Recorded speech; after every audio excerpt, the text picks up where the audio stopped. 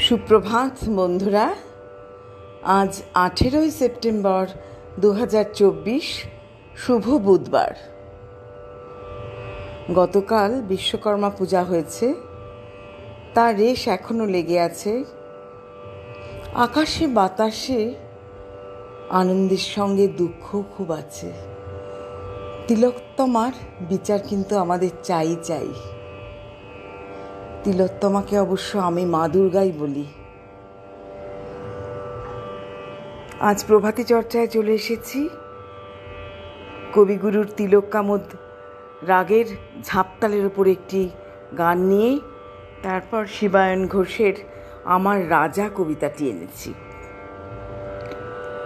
মধুর রূপে বিরাজ হে বিশ্বরাজ, শোভন সভানি রক্ষি মন প্রাণ ভুলে, মধুর রূপে বিরাজ হে বিশ্বরাজ, নীরব নিশি সুন্দর বিমল নীলাম্বর,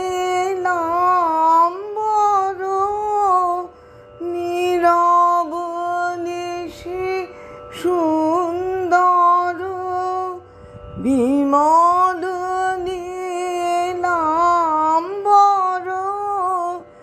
সুচির চির চন্দ্রকলা চরণ মূলে, মধুর রূপে বিরাজ হে বিশ্বরাজ, শোভন সভা নিরক্ষে মন প্রাণ ভুলে, মধুর রূপে বিরাজ হে বিশ্বরাজ, নীরব নিশি সুন্দর বিমল নীলাম্বর,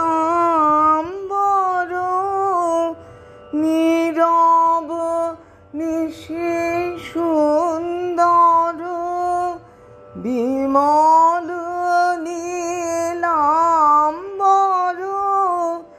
সুচির চির চন্দ্রকলা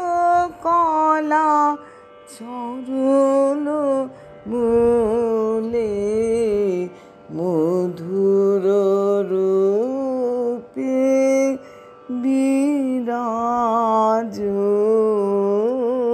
হে বিশ্বরাজ।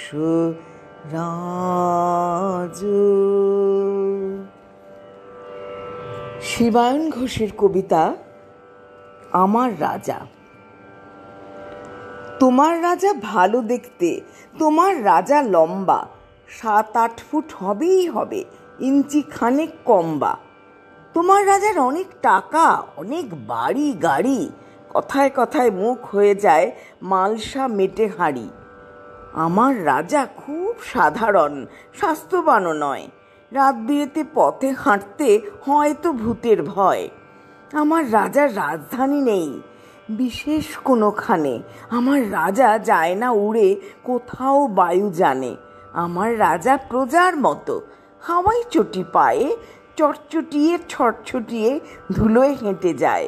আমার রাজা মনের রাজা, বাইরে থেকে কালো, তোমার ঘরে বাতি নিবলেও আমার ঘরে আলো। এই রাজাকে কবি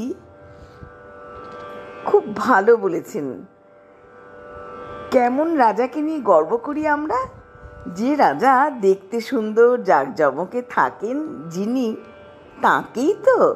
কিন্তু তার থেকে সেই রাজা ভালো নন যিনি হাসি মুখে থাকেন, প্রজাদের থেকে নিজেকে আলাদা করে রাখেন না। তেমন রাজাকে নিয়েই কবির গর্ব। এই কবিতায় কবি সেটাই ফুটিয়ে তুলতে চেয়েছেন। খুব ভালো থেকো বন্ধুরা, নমস্কার।